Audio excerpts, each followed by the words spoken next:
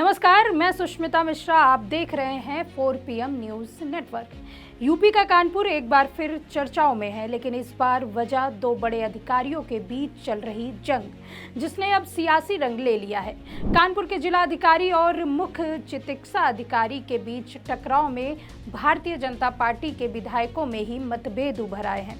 एक और जहां 3 भाजपा विधायक सीएमओ के समर्थन में खड़े हैं, तो वहीं बिठूर से भाजपा विधायक अभिजीत सिंह सांगा ने सीएमओ के खिलाफ मोर्चा खोल दिया है और उनके ट्रांसफर की मांग करते हुए मुख्यमंत्री को पत्र भेज दिया है। दरअसल अगर हम कानपुर के स्वास्थ्य विभाग की बात करें तो इसमें बहुत सारी कमियां देखने को मिल रही थी।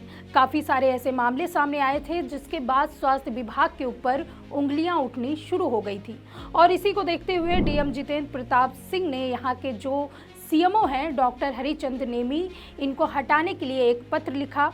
वह पत्र काफ़ी वायरल हो गया और उसके बाद से यह पूरा विवाद शुरू हो गया जब डीएम की तरफ से कार्रवाई के लिए शासन को पत्र लिखा गया कि यहाँ के जो सीएमओ हैं उनको यहाँ से हटाया जाए और उसके बाद से ही अगले दिन कुछ ऑडियो वायरल हो गए।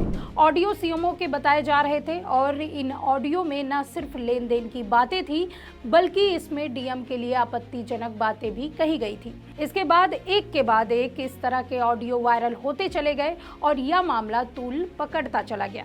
इसके बाद फिर एक डैशबोर्ड की मीटिंग बुलाई गई जो कि डीएम की अध्यक्षता में होती है और जब वो मीटिंग चल रही थी तो उसमें बताया गया कि वहां पर सीएमओ भी पहुंच गए थे और डीएम ने उनसे यह भी कहा था कि यह जो ऑडियो वायरल हो रहे हैं या आप बता रहे हैं कि एआई से जनरेटेड है, तो फिर आप जाइए इन ऑडियो को किसने किया और इसकी जांच कराइए।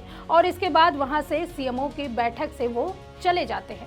उसके बाद से फिर यह मामला और ज़्यादा तूल पकड़ने लगता है और इसके बाद एक पत्र सामने आता है और इसमें राजनीति एंट्री हो जाती है।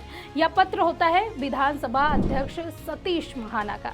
इस पत्र में लिखा गया था कि जो यहाँ के सीएमओ हैं वह अच्छा कार्य कर रहे हैं, जनता के हित में कार्य कर रहे हैं और डिप्टी सीएम ब्रजेश पाठक को यह पत्र लिखा गया था। उनसे यह भी कहा गया था कि उनको ना हटाया जाए।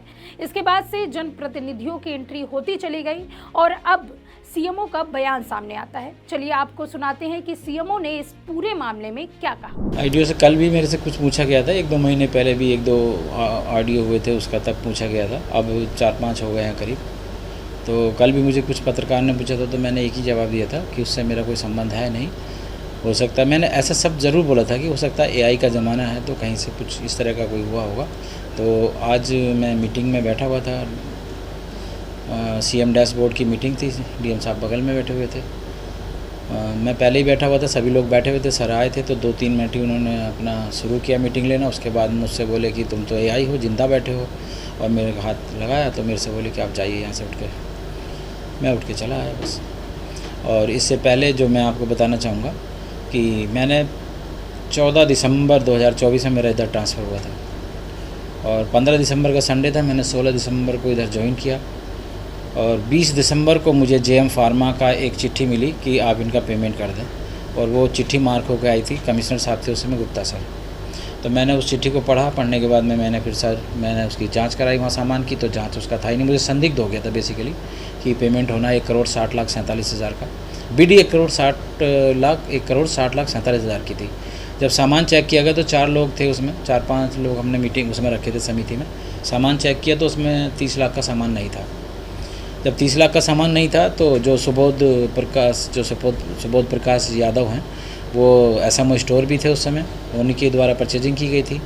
और जो एनयूएचएम देख रहे थे वो आरएन सिंह देख रहे थे। तो एनयूएचएम से आरएन सिंह की ही मद का वो पैसा था, उसी में ख़रीदारी हुई थी। तो वो और क्या कहते हैं उसमें जो है ये सुबोध प्रकाश, क्योंकि ये परचेजिंग में थे, ये सब इन्वॉल्व हो गए। और वहाँ पर एक एसएफओ हैं, पोस्ट हैं हमारे यहाँ, सीनियर फाइनेंस ऑफिसर, वो पीसीएस से बताती हैं, वो भी उसमें इन्वॉल्व हो गई। इन लोगों ने उसको गलत तरीके से बिड को पास करा के और उसका जो है ये सामान परचेजिंग हुई थी। फिर एसएफओ ने इसी बीच में हमको चिट्ठी भी लिख दी दिसंबर जनवरी के बीच में कि आप इनके जो बिल हैं वो लगाइए क्योंकि इनका सामान आ गया तो उसका बिल पेमेंट करना है। तो और थोड़ा सा संदिग्ध हो गया। धीरे धीरे उसकी जो शिकायत है वो हमने जब एक बार तो जांच करा ली, फिर डीएम साहब के पास पहुंच गई। तो जब डीएम साहब ने हमको चिट्ठी लिखी, एक 4 लाइन की चिट्ठी थी कि इसकी जो जांच करके आखिर है, तो हमने उसकी जांच कराई। तो उसमें बिड जो है, जो लोग उसमें सही मायने में क्वालिफाई होने चाहिए थे उनको नहीं हुआ, और एक सीबीआई चार्जशीटेड एक जेएम फार्मा श्री राजेश शुक्ला की है, उसको उसमें क्वालिफाई किया गया। इसका आईटीआर भी 2 साल का था, जो कि 3 साल का होना चाहिए था। इसका जो है सीबीआई चार्जशीट होने के बाद इसको जो है बिड इसको क्वालिफाई करा दिया गया। तो इससे वंदना सिंह भी थोड़ी सी संदिग्ध हो गई, सुबोध प्रकाश यादव भी संदिग्ध हो गए, आनंद सिंह भी संदिग्ध हो गए। अब हमको जब ये संदिग्ध हो गए तो जैसे ही इनका देखा तो सुबोध यादव जो है क्लिनिक रजिस्ट्रेशन भी देखते थे, आपको सभी को मालूम है।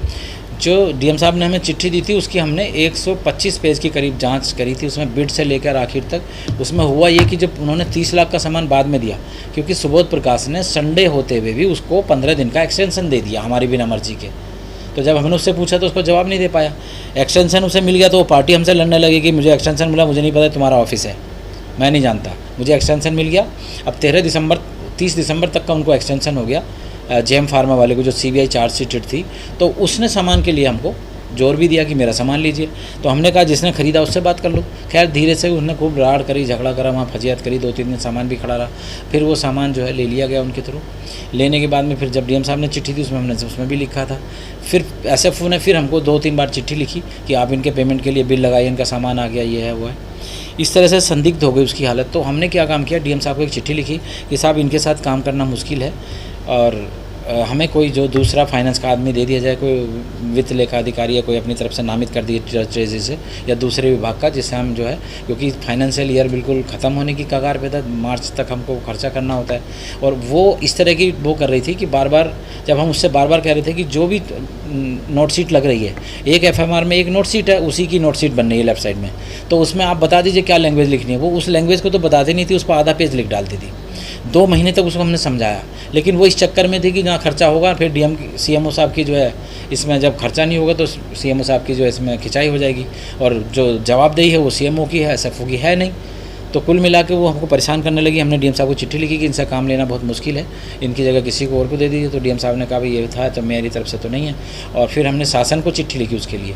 शासन में वो बेसिकली पेंशन निदेशक से यहाँ से होती है, तो हमने वहाँ चिट्ठी लिखी, उनसे जाके भी मिले। वहाँ पर 2 बार हमने चिट्ठी भी भेज दी, उनको बार बार संज्ञान में लाए कि ऐसे ऐसे बात है, इनसे काम लेना मुश्किल है, कहीं भी हमको जो है फाइनेंशियली फंस सकती है, इनकी जगह हमें कोई और दे दिया जाए। उस पर कोई कार्रवाई नहीं हुई है। उसके बाद में क्या हुआ कि इनको आनंद सिंह को हमने वहाँ से हटाया, क्योंकि ये बार बार वहाँ जो उल्टे सीधे जितने भी डॉक्टर्स और बाकी टीम उनको भगाए रहते थे और सैलरी उनकी निकालते रहते थे। डीएम साहब भी बार बार जाके वहीं चेक कर रहे थे, हम भी वहीं चेक कर रहे थे। जो भी गायब मिलता था हम उसकी अटेंडेंस, हम भी उसकी तनख्वाह काटते थे, बाधित कर रहे थे।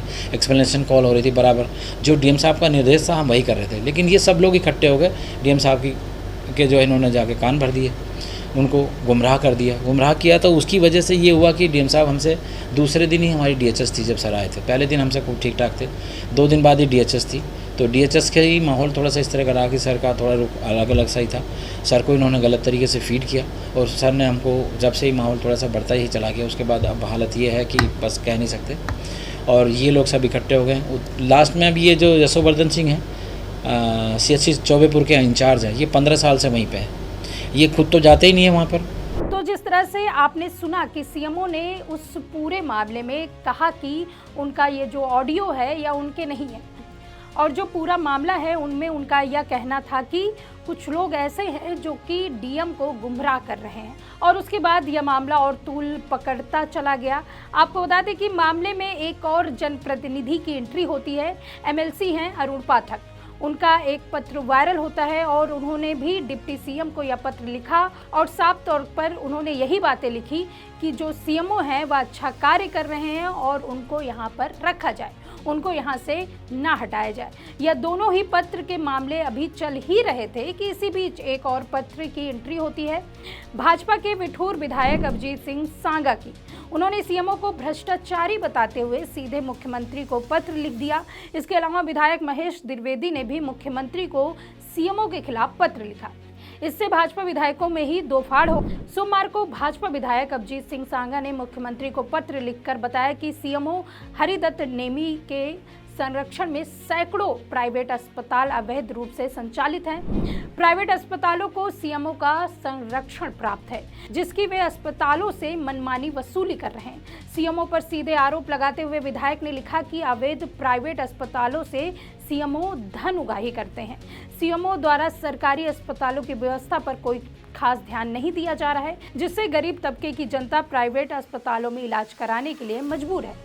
आपको बता दें कि डीएम और सीएमओ की लड़ाई में विधायकों के कूदने से राजनीतिक गलियारों में हलचल तेज हो गई। चर्चाओं के मुताबिक सीएमओ ने सिफारिश कर पहले विधानसभा अध्यक्ष, इसके बाद विधायक अरुण पाठक और सुरेंद्र मैथानी से डिप्टी सीएम ब्रिजेश पाठक के लिए पत्र लिखवाए कि सीएमओ को कानपुर में ही रखा जाए, जबकि जब विधायक अभिजीत सिंह सांगा से पत्र सीधे मुख्यमंत्री को लिखवा कर भेजा गया, इससे भाजपा पार्टी भी असहज महसूस कर रही है।